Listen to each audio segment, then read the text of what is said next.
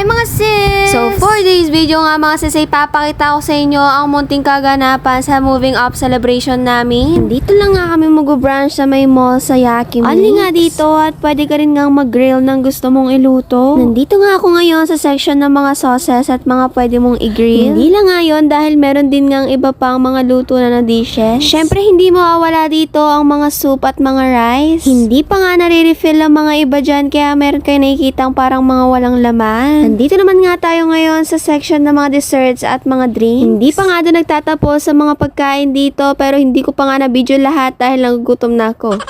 Sorry. Hindi ko nga napakita kanina pero meron din nga dito mga sushi. Hindi nga ako kumuha ng sushi dyan at sa huli din na nagsisi ako bakit hindi ko tinikpan yung mga sushi.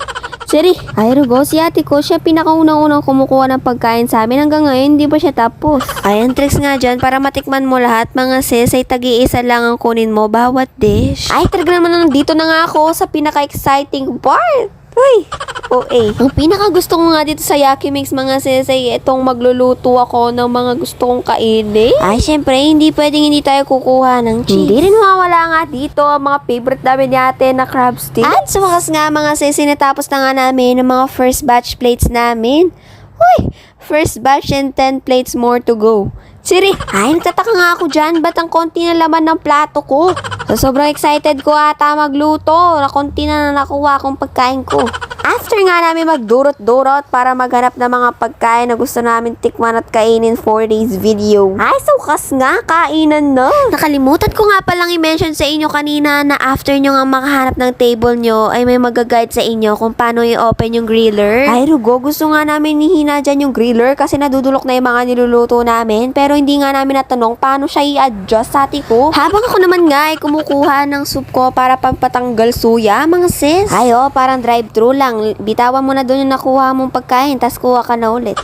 Siri, hindi pa nga ako busog dyan, pero nasuya na nga ako, kaya naman nga nagsabaw ako. Ay, number 1 tricks din nga dyan mga sis, para hindi kayo kagad mabusog ay kumain kayong nakatayo. Para alam nyo yun, para diretso baba, ganun, hindi siya magsistay sa tiyan mo. Siri!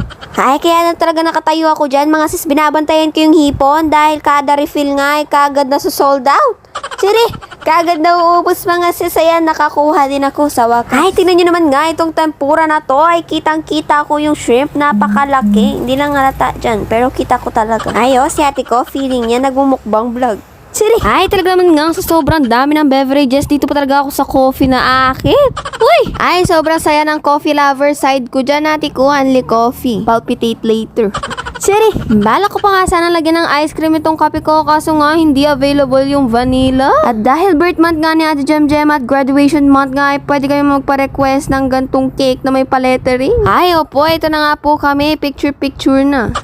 After nga naman doon, sakto nga dumadaan ako dito at nakita ko nga meron ng vanilla ice cream. Kaso nga lang, inaubos na nga yung ice coffee ko pero hindi ko na nga nirefill dahil binawalan na nga ako ng mama ko dahil nga sobrang tapang daw nung kape at baka umatake pa yung acid ko. Puro matatapos na nga yung kinukuha ko yun kaya naman nga dessert time na talaga. Dapat nga ay maghahalo-halo ako pero naisipan ko na lang nga magmais con yelo. Ay talaga naman nga sinulit-sulit ko na yung mais. Meron nga pala ditong gumagawa rin ng crepe at pwede kang mag-request ng kahit anong gusto mong ipalaman. Ay, hindi na nga ako nagpagawa dyan dahil punong-puno na nga yung tiyan ko at baka hindi ko nga lang makain at masayang. Hindi lang nga yun ang mga dessert dahil meron nga rin dito mga gummies. Busog na nga kami dyan kaya naman nga nag-chika break muna kami. After nga na titikman na nga namin yung cake namin. Tinry ko rin nga tikman dyan yung lettering dyan pero sobrang pait pala. Tiko, hindi ko ba alam ano bang ginawa nila doon, parang hindi ko alam. After nga namin mabusog ng todo-todo at ko nagbayad na nga kami. Bago ko nga tapusin ang ating video for today ay shoutout muna nga pala kay Colindanan at Clarissa Estacio. Salamat sa patuloy na panonood. Bye!